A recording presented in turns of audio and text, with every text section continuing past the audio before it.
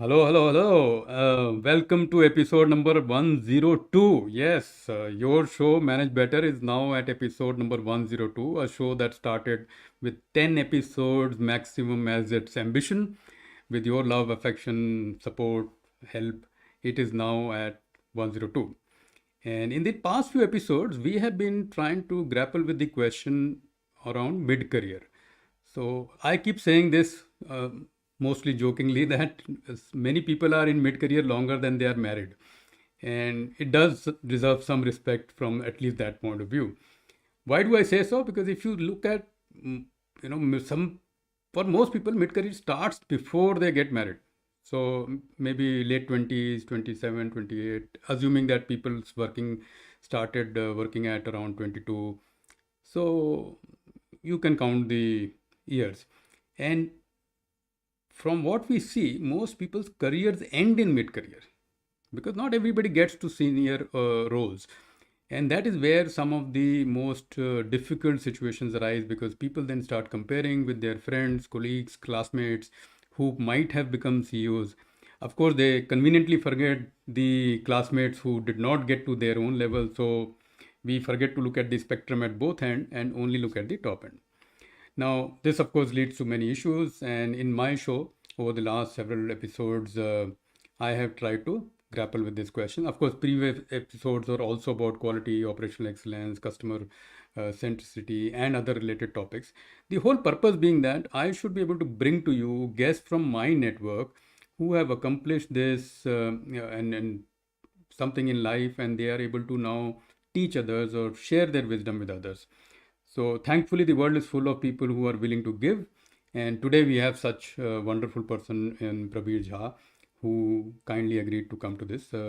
Many of you who are at least active on Twitter and now X.com and LinkedIn will know Prabir very well. One of the most sought after voices in India on any topic related to leadership and management.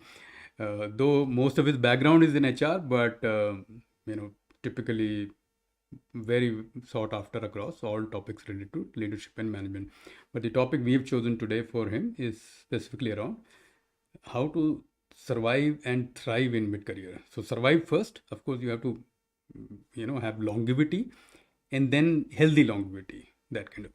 A little bit about Prabir Jha, and then I will invite him to the stream. Firstly, I just need to know quickly, although my dashboard shows that LinkedIn, YouTube, and Prabir's LinkedIn, all three are live.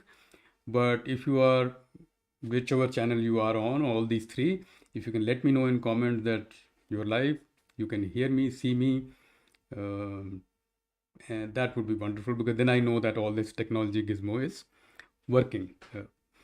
Okay, so quickly introducing Prabir. Prabir Jha is an alumnus of St. Stephen's College, Delhi and XLRI, Jamshedpur, and is the founder and CEO of his own consulting firm, Prabir Jha People Advisory. It's a boutique consulting firm, or you can say for strategic advisory, talent search, and executive coaching. He's straddled many a career. So he started off as a civil servant and handled HR and related issues of Indian ordnance factories, and then made a switch to the corporate world where he was HR head for Thermax, Tech Mahindra, several companies, finally moving on to Dr. Reddy's, then Tata Motors. And on his way, he is probably, I'm quite sure he's probably the only one to be head of HR of two Fortune 500 giants.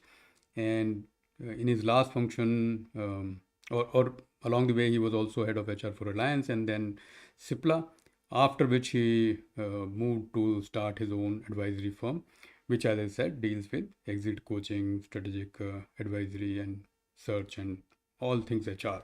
You can say he's often on the list, every list of HR leaders from India, and in general, any leadership guides from India.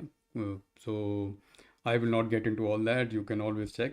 You can do one thing, maybe if you are on LinkedIn, please go ahead and check Prabir Jha's profile. If you like it, you will join 500,000 other people who already follow him, right? So be happy about that. And several awards, again, a very long list. Uh, almost every award that is available in the space of HR and leadership is he has been. But I'm sure he loves the Distinguished Alumni Award from XLRI the most, which he was in 2016. And almost every year, all the HR influencers, all uh, related awards. So, without further ado, I will invite Prabir Ji. Namaskar. And Welcome to the Namaskar, show. how are you? Good morning. Very good morning. Thank you for your time for this. And I know that we've been trying to match our schedules for some time. So Thank glad you so that it much could for happen. thinking of me and inviting me to the show. And congratulations on 100 plus. That's a brilliant record. It's not easy to get to that point. Thank you very much. But I keep telling anybody who asks is that, if you don't think of 100, you usually get to 100. Yes, So yes, आप रोज सोचते रहेंगे तो then, it is difficult. But you keep doing what you do, and at some point, milestones occur. correct.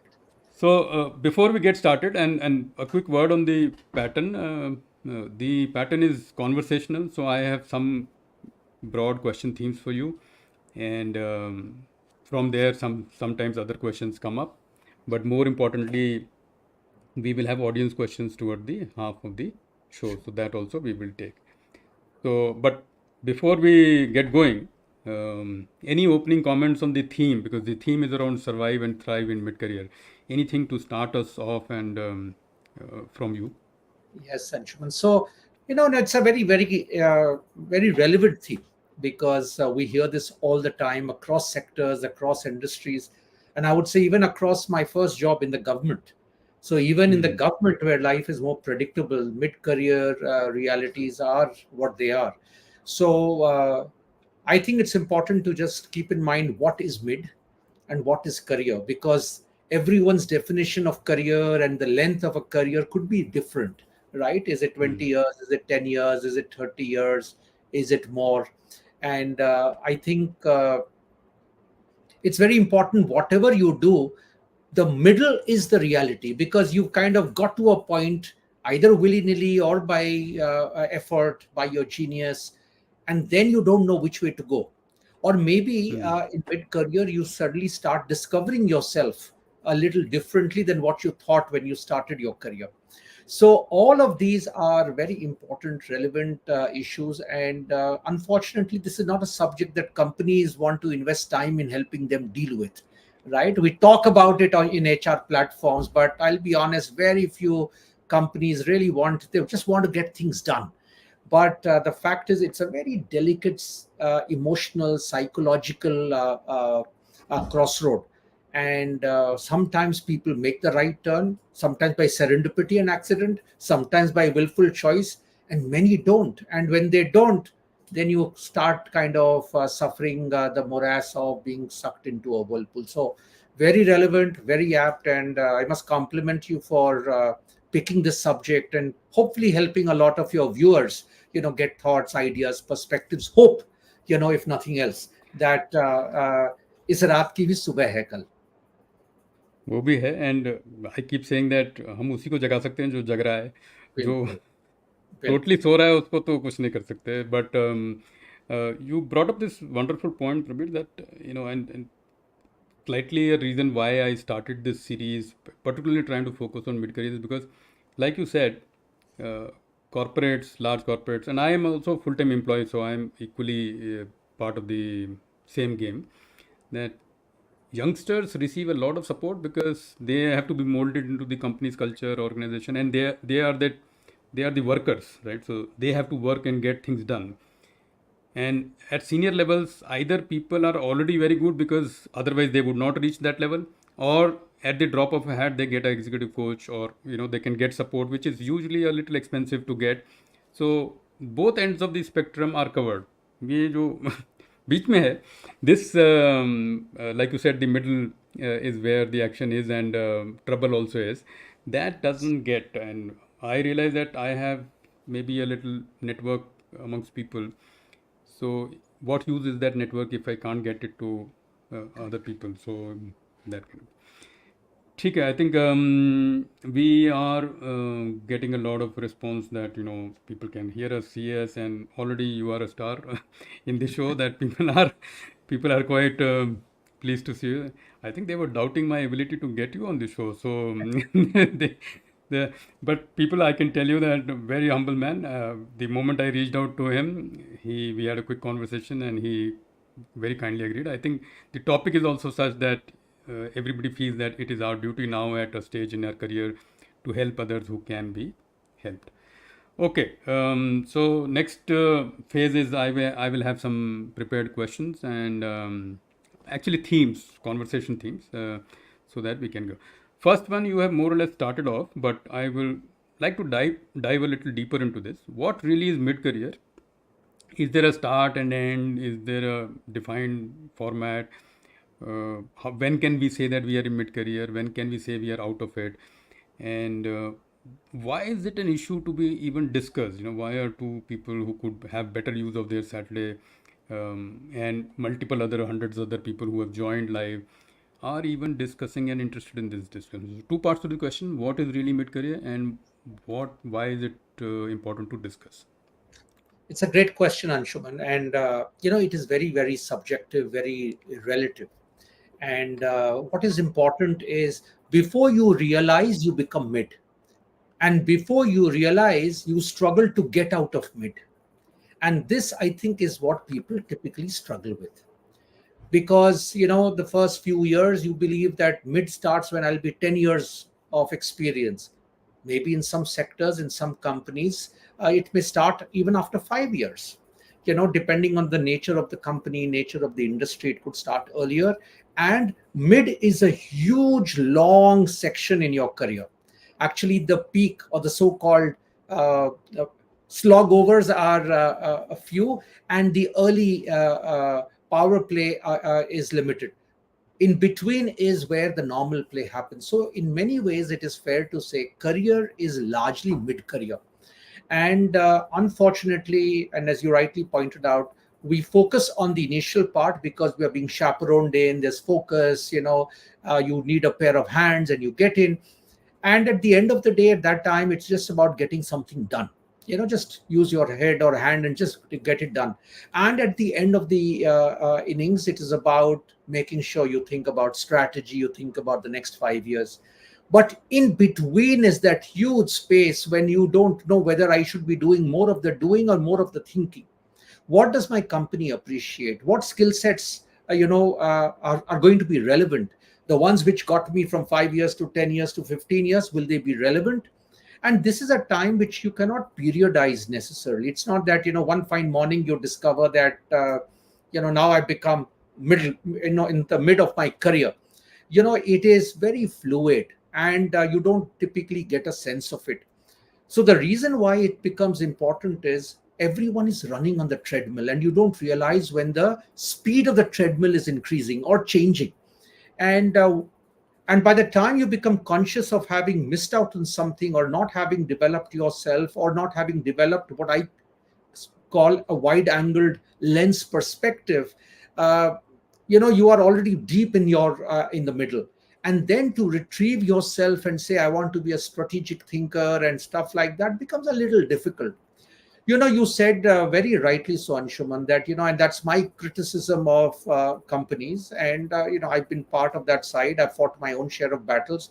And in the last 5 years, as an advisor to many companies, as a coach to many leaders, I always say that when someone reaches out to me, it's about Prabir coach the chairman, Prabir coach the CEO, Prabir coach the C-suite. And I always joke that I can make, if he's a mule or she's a mule, a better mule. I can't make him or her a stallion, right? You should have invested when they were in the middle sections of the career. But the reason I say this is we reinforce possibly and inadvertently wrong behaviors, because we are bothered just about people delivering the near term, here and now, somehow deliver the month, deliver the quarter, deliver the year. And unfortunately, people don't develop skill sets or competencies or behavioral disposition by default. I mean, the odd one, yes, it's an exception, but typically they don't. And therefore, the huge mass becomes a set of people. And as you go higher and higher, whether it's at the start of 5 years or 10 years or 20 years, depending on what kind of industry and company you're working in, the pyramid effect starts hurting you at that time. And then you start missing out on opportunities.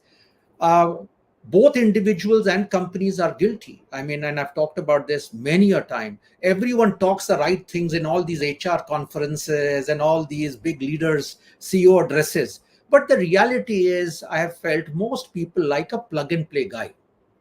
So, this mobility between functions, businesses, geographies, markets gets very tough. And that's the time it starts hurting you, because there are many people who are cheaper than you, can do the same job, at lesser salary. They are younger. And I dare say that in India, it's not gender. The biggest bias is age. And I've written a lot about this. So Yep. everyone who would reach out to me for a C-suite will say, Prabir, get me someone who's in between 40 to 45. And what happens when a guy becomes 46?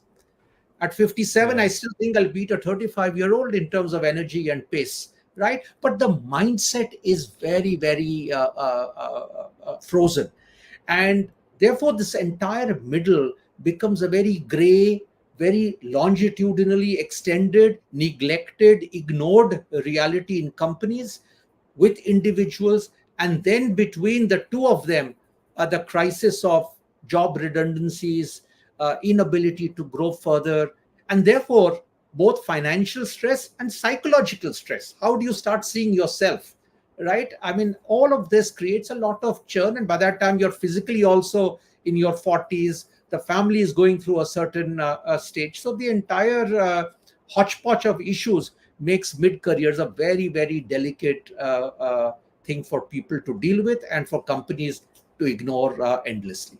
And I hope that helps, with To, some clarity on your question. I I was planning two more podcast sessions based on what you were talking, because there's multiple topics that you came brought up, and I'm glad that you didn't mince words by most people do, right? And I'm one of those Most who do. doesn't, and I'm glad to find that you don't. That, and I've been following your career over the last several years, particularly on LinkedIn, so I know that you say as it should be said. But this more than the gender, the age part is very, very real. And Gender has become convenient. Today, if you ask me, it has become politically very convenient. So, board positions, this at every level, it's now, but we won't get there on this talk. yeah. But age is very hard reality, because and that cuts across all categories, all manners of people.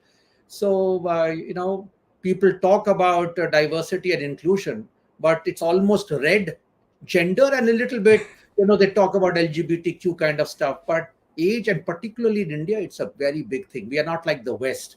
And it's going to be a crisis. Today we have a very strong youthful population, but some years later, this geriatric reality is going to be a big social, political, and economic problem, apart from a talent problem. I, it's already a reality. I think, at least I have a global team, so I can see multiple forces and multiple dynamics across the world, particularly in India as well, and in other countries as well. I do see age-related discrimination being very serious. In some countries, it's technically illegal, so it's not very blatant, but it is still there, and we are certainly getting, because it is nowhere close to illegal in India, and the moment it is illegal in India, it might get even more attention actually. But ठीक है. We have started getting some questions, but guys, those who are posting your questions, I will be taking your questions in about 10-15 minutes. So hold on to your questions. We will certainly try and cover as much as we can. But good thing is that most of the questions are coming on LinkedIn. So, and Prabir is quite active on LinkedIn. So you might be in luck that he might answer your question directly there as well. But coming back to the topics that we were discussing, so I'm a quality professional, and my by the day, that's how I built my entire career. And the basic format in any quality process is that what is the symptom, what is the cause, what is the remedy. So diagnostic journey, remedial journey. Dr. Juran taught us all this many years ago. Yeah, this works everywhere, but particularly in quality or wherever some diagnostics is required. So I am applying the same to mid-career issues. So we talked a little bit about symptoms, what really happens.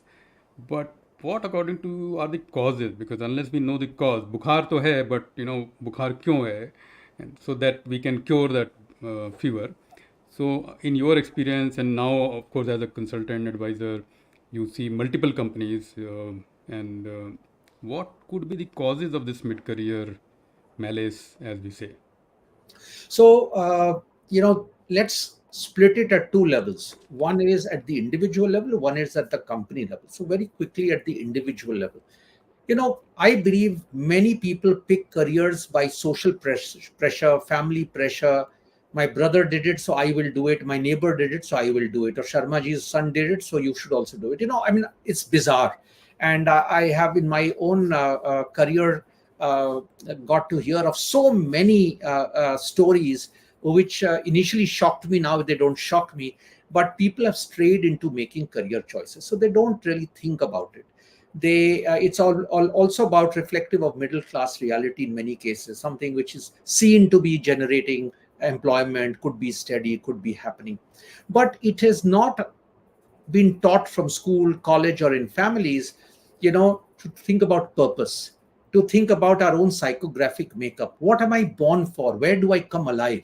So it's the same with academic choices. Wo science kar lo. Whether the guy is interested or not, science kar lo, because it seems good. Engineering, it doesn't matter how good an engineer he or she will be. So I think there are a lot of these issues which initially gets papered over, but as it kind of gets into the mid over, so to speak, the fault lines start showing, because it doesn't excite you. It is not naturally you. You don't have a natural strength. You don't have a natural proclivity. Your mind is getting distracted. You're living a world which is not you.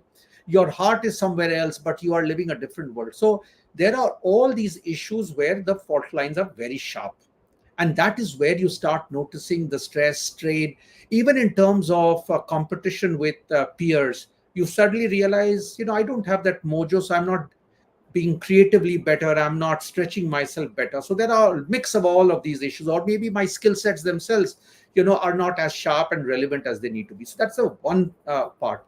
The other part is on the company side. And on the company side, it is, and we've been talking since the beginning of this show, it's the most neglected middle. In fact, I spoke about it in a recent conference in Singapore. I've written an article which hopefully some of you will see in the press in the next few weeks. I think it's the frozen middle. It's a very neglected section. No board talks about it. No CEO talks about it. No CHRO is bothered. You know, I mean, and it's a huge enterprise risk. So when you have promoted people in the early years because you want to prevent, attrition of pairs of hands, you have started bloating the middle, and the middle does not have a very clearly evaluated job expectation, role expectation. In India particularly, there is very little appreciation for scientific job evaluation. It is all about, oh, the guy wants to feel promoted every 3 years, so start appeasing talent. And that's how the society is. So you also get fooled into this. So your title may change, your money may change in the short run, but you've not really picked any new skills, any skills which will continue to keep you relevant. And because companies are therefore saddled with this cost pressure, eventually a bloated middle, a frozen middle, whenever there is a dip in the economic cycle or the company's economic cycle, the first thing is to start sniping at the edges. You want to reduce the bulge. So a lot of this downsizing, right sizing conversations that happen actually attacks people who are in mid careers, because the fact is, can you expand the sphere of or the span of control? Can you have managers lead more people? Do these levels really add material differences? And you read about one of the bigger pharma companies, chemical companies, saying we want to eliminate our entire middle management. So these Correct. are, I mean, very knee-jerk reactions. And from my own observance of companies, it is seasonal, right? It's cyclical. Sack, sack, sack, exit, Hmm. exit. You may talk great place, best place, all nonsense all the time, but when push comes to shove, it's clinical, it's bloody, and people have not been prepared. So if people had built themselves up, either they would have better chance of retention in that company, or, as I always tell anyone who I'm coaching for careers, I say, let your boss worry about you continuing with him or her, right? But if you've not prepared yourself, naturally you're worried, will I have a job? Will I have a job?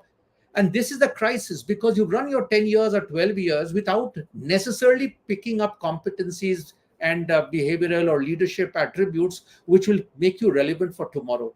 And in this axis of X and Y, company and the individual, you create a mess for individuals eventually. Yeah. For the companies, yes, it's a little bit more clinical, so life goes on for companies.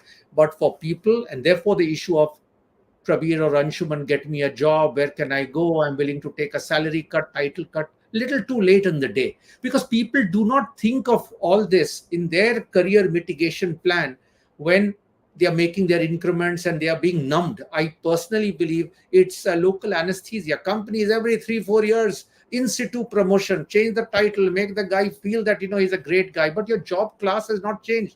You've not learned any new skill. Sometimes when you change companies also, and I've seen this in some of the sectors Yeah. I've worked in. You change 5 jobs in the same industry, your salary is 5x. The industry is paying far more for the job that needs to be done. The individual is outpriced, but when he's making that money in the short term, he doesn't think about it. And suddenly, when mid-career crisis happens, he's overpaid, over designated, over nomenclated. No one wants to touch him. He says, I was called a vice president in company X. How can I go as a general manager, Prabir, in a company? Then the question is, भाई आप लड्डू और इमरती खाइए, फिर और क्या बताऊं मैं? This is the reality of life. So it is a combination of both individual denial, ignorance, and belief that hard work and just because I've survived 10 years, the next 20 years will happen. Doesn't happen that way. And for companies, I think it's an absolutely unacceptable issue of neglect. And it is something which, at least in my own fraternity of HR, I think CHROs have to smell the coffee and actually act, rather than just win awards and do seminars and conferences and fraternizing. उससे problems जो है जमीन पे वो नहीं सुधरती हैं. वो fraternizing and networking is fine, but I Yeah. mean, things have to be solved. I mean, it has its own place, all these things, but as Yes, you said, it doesn't change anything materially for at least for the people impacted. that's the point. So, I mean, uh, all this and this is conference is true for everything, because the same issue will apply even in my space, which is operational excellence, quality, and all. I don't go to many conferences these days. I prefer to speak to a smaller group of 20 people. Same here.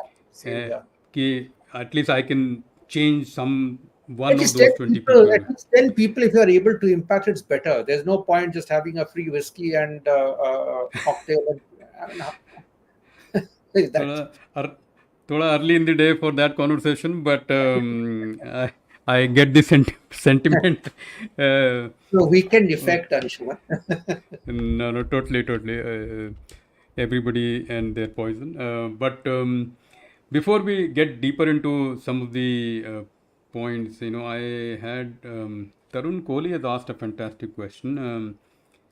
He's a regular on this series. So he's asking about, do you agree that Darwin's theory of survival of the fittest is more relevant for those facing mid-career phase? And if so, what suggestions to remain fit in this phase? So It's a some of great it question, you Tarun. spoke about, No, but I it's a great, think no, but I want to point out, with your permission, I sure, think sure. Tarun's question is very, very relevant. The question is, what is fit and what is fittest? After so many years, I can tell you, organizations are political realities. Forget all the big spiel that organizations may say about talent and merit and meritocracy. The reality is, I believe most organizations are still satisfactorily underperforming. All of them can do so much better, but these are political webs. People may say we want brilliant thinkers, we want brilliant people. The reality is, everyone wants finally a set of people who can be a sucker. And therefore, fitness is not necessarily always about talent excellence. That is very conveniently, you can always justify who is excellent talent, right? Is it by tenure? Is he in my in circle? Is the guy more an executor? He may even be a member of the management team, but I want the guy as to just obey what I as a CEO want. Is I don't want challengers. I don't want people who think differently. These are realities of organizations. So the definition of fittest is not necessarily only genetic fit, or what is fundamentally the guy is a great mind, or the guy is a, there are a lot of unsaid political dimensions which some people master as they go along, and some people choose not to master or cannot do, and there's a price to pay. And therefore, when I look at it, a lot of survivors in many leadership teams of many companies are not people I would have hired. I honestly think Hmm. many of them are just mediocre people, average. It is harsh to say this, politically incorrect, but they have mastered the political art of survival. So that becomes a very important dimension. It's a choice you make. Some people can manage both. Some people can be very good, but they choose not to be, or they are not convenient. And you can pick any story to kind of, so it's a delicate reality. And I will be the last person to say organizations are not political. Every organization is political, and most are intensely political, right? So whether it's the kind of board you build, or it's the kind of senior management, and therefore the middle management, and so on and so forth. I mean, it is not always that the guy who's at the top is always. I'm not saying there aren't such people. There are such people. Yeah. But that every guy who gets to survive or is at the senior level is truly the fit guy, or the best guy, or the most talented guy. No, I mean, there is more than meets the eye in many, many companies. Um, there are quite a few fans now, Prabir, who are saying that this man doesn't mince words. So I am glad that That's why I you advise. know. That's why, I'm not sitting as a CHRO somewhere on a lighter note. No, no, but I'm you far too you been. independent minded, because the challenge is most CHROs also don't speak up. Everyone wants to pakao his retirement. Everyone wants to then become an advisor to the same company. You see, it needs very hard level of integrity and honesty. You have to actually demonstrate. You have to do, and that is Hmm. not convenient. So the question is, if you believe survival is only corporate, survival is only company, then you don't even understand the concept of careers, which is a book someday you will Correct. read, right? Because I don't believe careers is about spending your lifetime in one company, one industry, retiring. I'm sorry, I mean, not in today's world. Career is a lovely bouquet you can create, and at least I for one have enjoyed. I mean, I would have been sitting maybe as a secretary to the government of India by now, right? But here I am chatting with you on mid careers. I mean, two different worlds, but I've had fun, and I can't say it's not a career. So monogamous, linear careers, in my view, are dead. They are boring. They are dead. Correct. And part of the mid-level crisis is also because people think of it as linear as they do, which is not the right way of thinking about career design in today's. I do a lot of workshops for client companies in the areas of what I call career designing, which is different from career planning. Career planning is Hmm. dead. Career planning is dead. I mean, not in today's Barney world, but that's maybe another separate conversation, some other talk. We'll talk about that. Fantastic. This conversation is like a huge onion, except that it is not bringing tears to anybody, but we are peeling one by one. Interesting question from Jaya Azad. What I'm trying to understand, but what an HR leader, so what can an HR leader do to help mid-career professionals at organization level? How to convince business leaders? So I think this question was asked when you were talking about that organizations are not doing enough, and so Jaya being Conversations, in HR. meaningful conversations. Spend time. Don't do tactical things, or don't just please your bosses. Spend time. Understand what is on the mind of the person. Sometimes it's a functional answer that might be needed. Sometimes it's throwing ideas at that person. Sometimes it's just listening in time. Maybe there is something. I talk about the concept of life space and career space. Hmm. Career does not exist in a vacuum. Even just helping the guy understand how does career fit in with his larger life issues. It needs both some level of intellect, but it needs a lot of patience. It needs a lot of empathy. It needs ideation. It needs support. And I think I like the question, how to convince the business leaders. Isn't this the irony of life? What is there to convince business leaders? If you're in the business of leadership, it doesn't matter what functional hat you wear, whether you're HR, finance, operations, R&D, sales, it doesn't matter. The business of any leader is leadership. You cannot be hoarding talent. Part of mid-career problem is you get seduced with a promotion or an increment or something like that, and you continue to work with that guy, and the guy is hoarding. I have always said this, and I've practiced it in my executive life. Talent is owned by the company. It is only leased or loaned to managers. But I see in so many companies, including some of my client companies, where people just want to hold on to these guys. So they have only seen one leadership style. They don't even know a variety of leadership style. They don't know their Correct. experiences. They don't know anything else. So the fact is this a conversation as HR, starting with the CHRO, that you actually do in the management teams? Is this a conversation that the boards are interested about? And I can tell you, it is very disappointing. I mean, in It most is. companies, let's be honest. I mean, HR is the last agenda item, and forget in that mid-career issues who's interested. So the hypocrisy of leadership is the reason why companies are struggling with a lot of these issues, and why I personally believe HR needs a dramatic shakeup. It is you're not in the business of self-preservation. HR must shrink its role from scale and size to a strategic influencing function. So Jaya's question is relevant. It is all about getting the agenda up there, coaching senior leaders in the art of, and hopefully you'll read some of this in my article, right? You don't prepare your leaders in these skills. You've kind of left it, and especially if you're a big mega company, at the end of the day, I mean, HR does not even connect. That's the feedback I hear from a lot of people. My boss doesn't bother, HR doesn't bother. HR teams, when I talk to them, it feels helpless. Why do you feel helpless? Do you think anyone is going to sharp petals? Your CHRO is supposed to kind of push the agenda. I mean, I honestly don't think any chairman or CEO told me what the HR agenda should be. It's my job. I will set it. I will influence you and the rest of my colleagues and the board, and we will push it in the next 3-5 years. So it's all about role modeling, right? And thoda sa dabang leadership chahiye. It needs courage. It just can't be potting Absolutely. around and marking your time and saying, well, I had a great career. Go down the wicket and play a few lofty shots. It's the World Cup season. So, I mean, That. that's what it's needed. Yeah. No. No.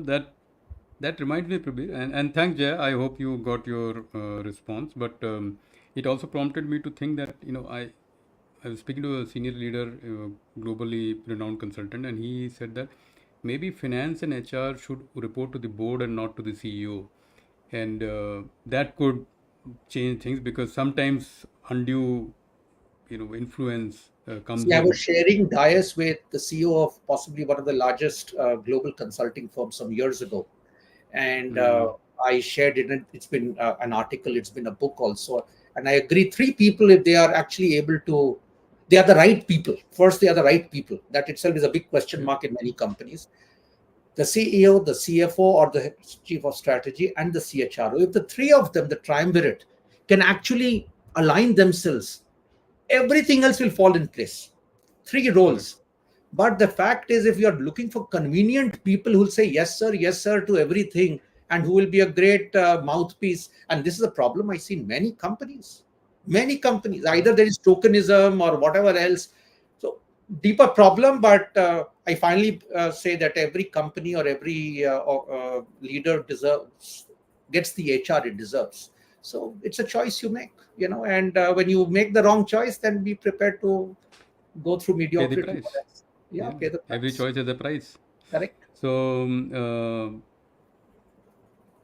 slightly more deeper question, Apekshit Chaube, um, or I may be mispronouncing your name, apologies, but अपेक्षित अपेक्षित uh, चुपे अपेक्षित तो ठीक है, but Choubey है कि चुपे चौबे है वो. नहीं लिख रहा है yes. So, how do you know you have a great boss?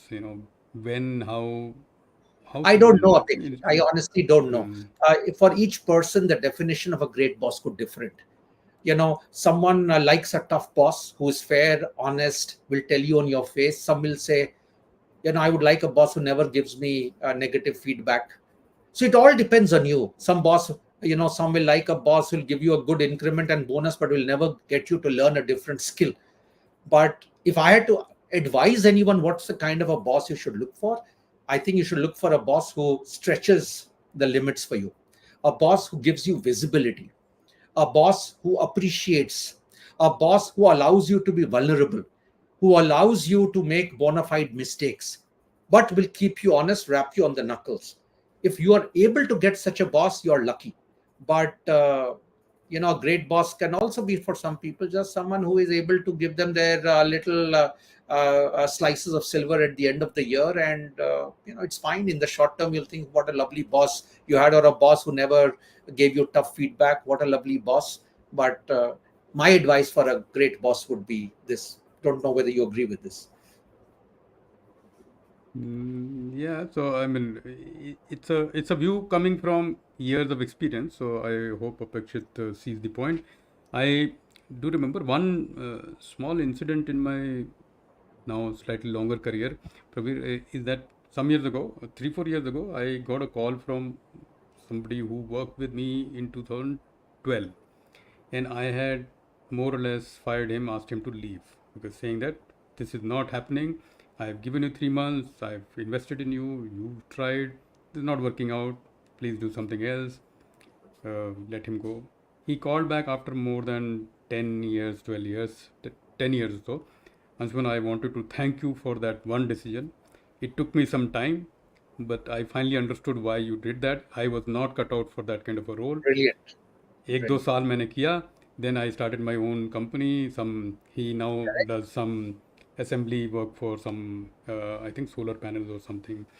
He's saying this is not fun. I'm struggling, but I know that I'm enjoying this much much more than I was enjoying that. And It's a that great, great, great conversation, share, Anshuman.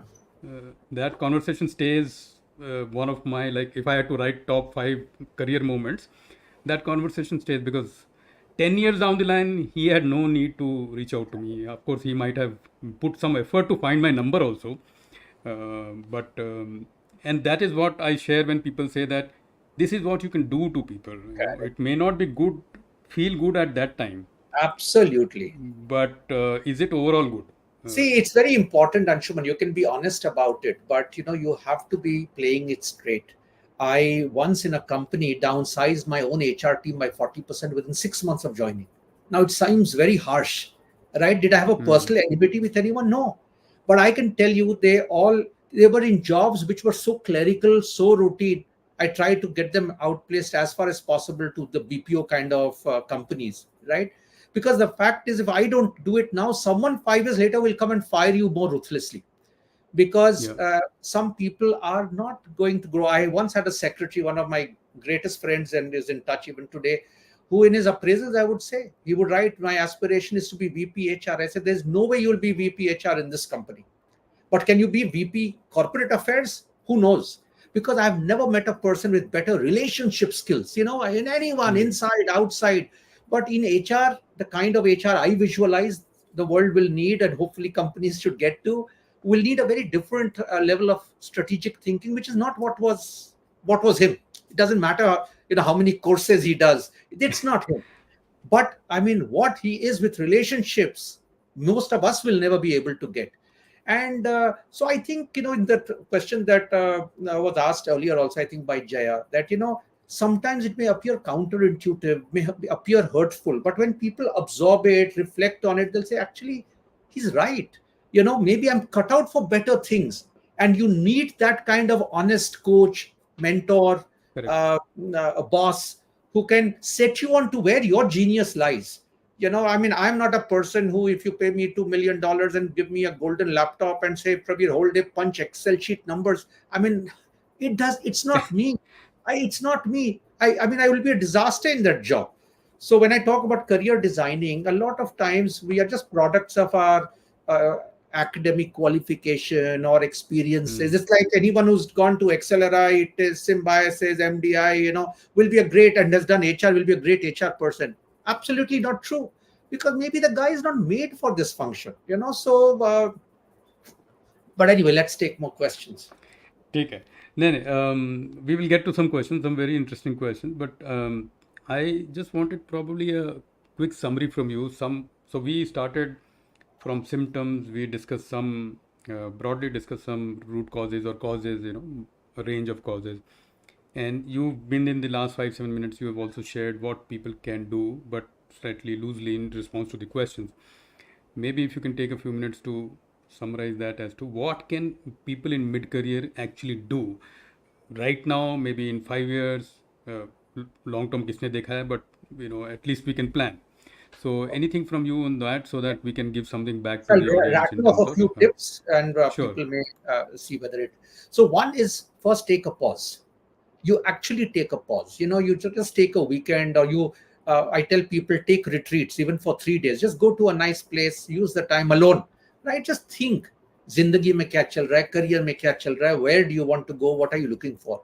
So pause, reflect, introspect is very important when you are in your mid career, right? It gives you an answer. Why did I succeed to the point I did? Why am I held back where I'm being held back? What do I look forward to now? Is it money? Is it title? Is it space? Is it independence? Is it challenge? Everyone has a different career anchor, and you have spent some years, so you can understand where do you get your mojo, where do you get your excitement. You don't have to be like everyone else, because that's you. So that's the first part. Understand yourself, your situation, and what excites you or what upsets you. The kind of organizational cultures which gets the best out of you, what does not get the best out of you. What kind of managers do you enjoy working with? What kind of managers do you not want to work with? So that is one part. Second is, look a little at your skill inventory. Why would anyone want to hire you? Are your skills adequately relevant, and are they adequately differentiated? Because if you have just the same skill sets as everyone else, the question is, in a commoditized world, why would anyone want to hire you? Right? So you have to start differentiating. Either there is a sharper skill, there is something else in your skill inventory which someone else does not have, etc. So that's the second part. Third, sometimes you need to just refresh yourself. Have you been in the same job, same role, same company with the same manager for too long? Is that boring you? Or is that guy not giving you the visibility, the exposure? Is he holding you? So sometimes it's a good idea to break free. Change your industry, change your sector, change your company, change your boss, change your location. And this is one of the biggest reasons why career derailments happen, because we want to go higher and better, but we don't want to move out of Bombay. We don't want to move out of a Jamshedpur, my garden, my lawn, my dog, my whatever, whatever, whatever. You can't have the cake and eat it too. You've got to deliberately rock yourself out. And it is no sin to move on to do something else. Is it guaranteed? No. I hear a lot of people say, Prabir, I will be taking a big risk with my career. I said, you are taking a bigger risk by continuing to be where you are. Right? So yes, there are no guarantees about how it will play back. But if you've thought right, reflected right, assessed your skills, and the last point is, you must at some stage start thinking about getting to be visible and known to people. Today I tell people that your reputation precedes your resume. Even before your resume comes, either I have heard about you, I want to talk to you, I want to hire you, I'm positively inclined or I'm indifferent. This is the reality mid career, because someone or the other has worked with you, who has worked with me. Now with LinkedIn, etc., you pick up the phone, you get to know about everyone and anyone. So I think it's very important to start looking at your perception, your public brand, whatever it is. I'm not saying one is better or worse, but if you're just like everyone else, ask yourself the question, why would an Anshuman have the time or the interest to pick you? So my favorite question to in a lot of my coaching or workshops is, imagine you are a brand of soap. What brand of soap do you think you are? And ask 5 people around you. If there was a soap you had in mind, what kind of a soap do you think I would be? And more often than not, the answers will shock you. You think of yourself as a dove, but many people may think you're Ritha. Now, Ritha has relevance and Dove has relevance, but then do what Ritha does and max it out. Be the best at that. So, I always tell people, build a career around your strengths, your passion about your differentiated strengths, but don't try to be someone else. Because at the end of the day, Anshuman will be Anshuman, Prabir will be Prabir. You can't clone. But take these as inputs for reflection, question, and build yourself towards where you believe the next 5 years, 7 years will be exciting. And again, similarly, 5, 7 years later, ask yourself some tough questions. And having said that, let me also put the caveat. For all that CEOs and CHROs talk, the reality is, and I've been a strong practitioner of it, so I feel the hypocrisy is stronger. I believe companies should hire from beyond that industry. Function should hire from beyond that function. There is no rocket science unless it's hardcore R&D. I mean, I could be selling Dettol as well as a marketeer would. Just because I did 5 more papers of HR does not make me an HR for life. But the reality is the stamping is so strong and people have loved to accept it. So chance your arms, go and do things which you've never done. It's not always about doing academic courses and certification programs. I'm not a fan of great certification programs. It's a money making racket, let me be honest. But get good mentors, get good coaches, right? I mean, get someone to help you think through. That is a better investment. But if it's a hardcore skill that is emerging that you want to acquire, then of course pick up and some kind of a formal certification or be smart at a skill. So these 4 or 5 things, if you're able to kind of use as a filter, if you're in mid careers, you will get a sense. First, are you plateauing? Could you be plateauing? Could you be going down under? Would you still be relevant? How will you be differentiated? How do I rock myself out of my comfort zone? And what kind of skills, behavior, competencies, what kind of coaches and mentors? I will be honest, Anshuman, I've had people who maybe in the C-suite, but they're still mid-career. They still have 15, 20 years to go. And they have come to me saying, Prabir, coach me, I'll pay you your fees, but I don't want my company to be involved. But I'm struggling with this. Now, the fact is, a C-suite guy reaches out to Prabir and hires me as a coach, but does not want the company to be aware. Imagine, what does it speak about the culture of that company? What does it speak about the focus of that company and the lack of psychological safety of this individual when looking at careers? You're on mute. You're on mute, Anshuman. I am told I sound better on mute, Prabir, but but what I was saying is that very recently I got to know of a person, senior person, industry person, who's actually working with an executive coach, and I accidentally got to know, and he's now very very paranoid. I said, look, I have zero interest in talking about you, so आपकी मर्जी है, आप जो करिए, but he's the same way. And I was also thinking that what must be going on in his mind that at such a senior level, it is good that he is seeking help. Everybody should, if you know that you have something going on, you should seek help. But to be able to be so paranoid about anybody knowing, then will it actually help him? Because वो केवल wrapper change होगा, toffee change नहीं होगी, मंदर का 5 star Cadbury वो change नहीं होगा, वो रैपर ही चेंज होगा. But okay, one relevant, very relevant to these times questions, and there are many questions, Prabir, but I noticed that many of these questions directly, indirectly you answered. So I'm trying to pick a slightly different question, difficult question these days. Manusi Joshi is asking about how do we address job loss for 18 years experience HR professionals. Oh, okay. Job loss after 18 years is probably what she means. And I picked this even though this is not relevant for today's show directly, but you are a experienced person in this space. What will you tell Mansi in this situation? So while you've asked about HR, it could be in any function, any line, right? So 18 is typically hardcore mid-career, right? And the question is, why did you lose the job? Why, is it for lack of skills? Is it for any of the so-called, what are called softer skills, which are really the hard issues of collaboration, of creativity, of initiative? So it's very important to understand, why was there a job loss? Was it because of a redundancy in a certain company? Was it part of an economic cycle?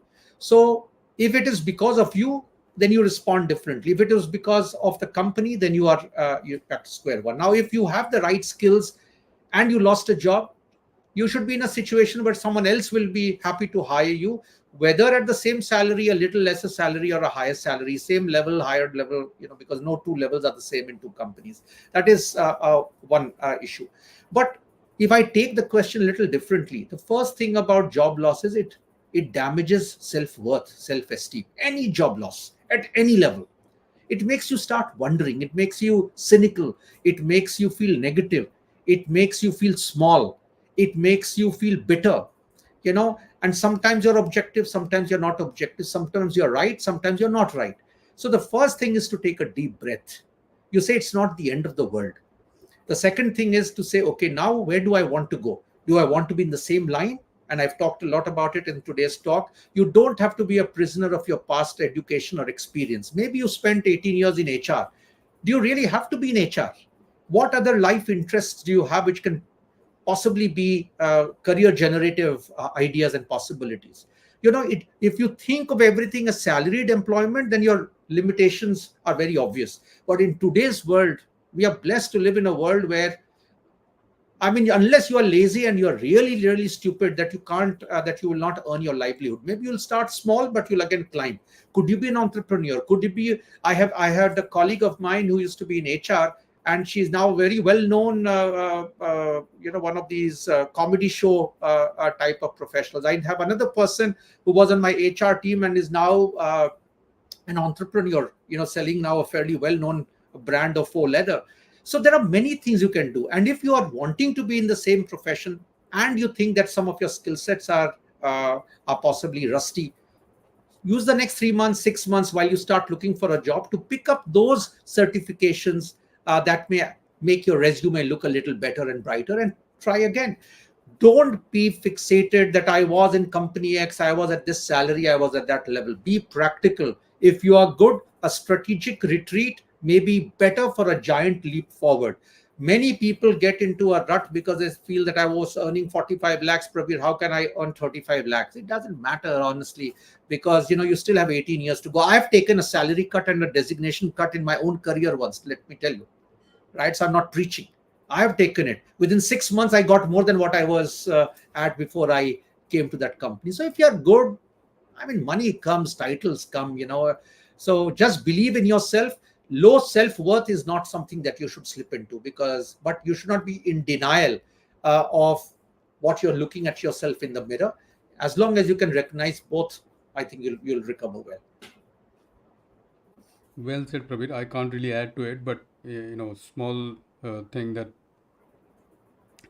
I, in the last 2 3 years that I've been helping people, those who come to me, and many people actually through these shows they start thinking that I'm some coach, but I may not be, but I am able to share some guidance or anything that comes to me, and very often I tell them that don't change or don't wait for that day when you will have to change. Yes, When it is in your control, if you do some investment, it absolutely. might work out better, because that time it will be a distress situation, it will be a panic situation, your decision will 100% be wrong in most distress. Even if it is right, it is an accident. You can't claim credit for a decision taken in distress or panic, because वो कैसे हुआ क्या हुआ कुछ भी पता नहीं, and nobody knows whether it will be right or not. And And because some that's people why ask what me. you said, anticipate, get into this Correct. practice, stopping, pausing, take retreats, annual retreats. तो मैं बहुत strong convert हूँ इस concept का. आप 2 दिन 3 दिन आप जाओ, but make it it's your Right. investment. Use that time to dispassionately reflect. It's not a holiday. आप खुद Correct. जाएं. So I mean, people feel अरे कर लेंगे बाद में कर लेंगे, and then when tragedy strikes, then you start kind of wondering कि क्या हो गया. So you're bang on, absolutely. We are almost at the end of the session, but still a lot of questions. So what I will do is that people who ask this question, those questions will stay on the LinkedIn I'll page, respond then. Yeah. and both of us will try and at least wherever we can. But I will not let you go without one last question, Prabir. काफ़ी books पढ़ी हैं पीछे. Which one are you reading now, or which one can you recommend to our audience? No, because it's a thing on careers and mid careers. I'll talk about that because it's been an Sure. eternal favorite of mine. It's a book called Career Warfare by David Huh. D. Alessandro. I have been recommending it for the last 20 years or more because I honestly think it's a beautiful book. And because it is linked to mid careers, I would strongly recommend that people, try and get that book. Try and read It's a this. very easy read. It's not a heavy read. But it will get many people face to face with questions that they might be wanting to duck. Whether it will give you answers, I don't know, but the answers are within us, but the questions are very good. So, Career Warfare is the name of Fantastic. that book. So that's what I would recommend. Good. Thank you very much once again on behalf of the audience, and my personal thank you, because this has been a masterclass for me. I have learned, I made some notes as well, but and it's always a pleasure to speak to people who used all this, and you have done all this on your own. So thank you very much once again, and to the audience, continue to post what you feel like, and if you learned something from this session, please feel free to make a post. You can tag Prabir and me, and we will try and respond to your post. That will also, if you are active on LinkedIn, that makes one post for you. So that way हमने आपको एक content भी दे दिया for one post. But jokes apart, that always helps, because what you in the next 5 minutes, whatever you will write down will probably stay with you. Otherwise, तो by tomorrow ये सब भूल Correct. जाएगा. And the I usually end the show with the announcement of the next one. So I'm trying to bring different types of guests now. Next one on 29th, which is also a Saturday, is Vinita Dalal on leadership and soft skills and the intersection of all these top kind of topics. So looking forward to that one. But I will let you go. Thank you once again, Thank you Prabirji, so and much, Abhishek. thank you, my audience. Thank you to all your Thank you. viewers for being there on the show. Thank you. My pleasure.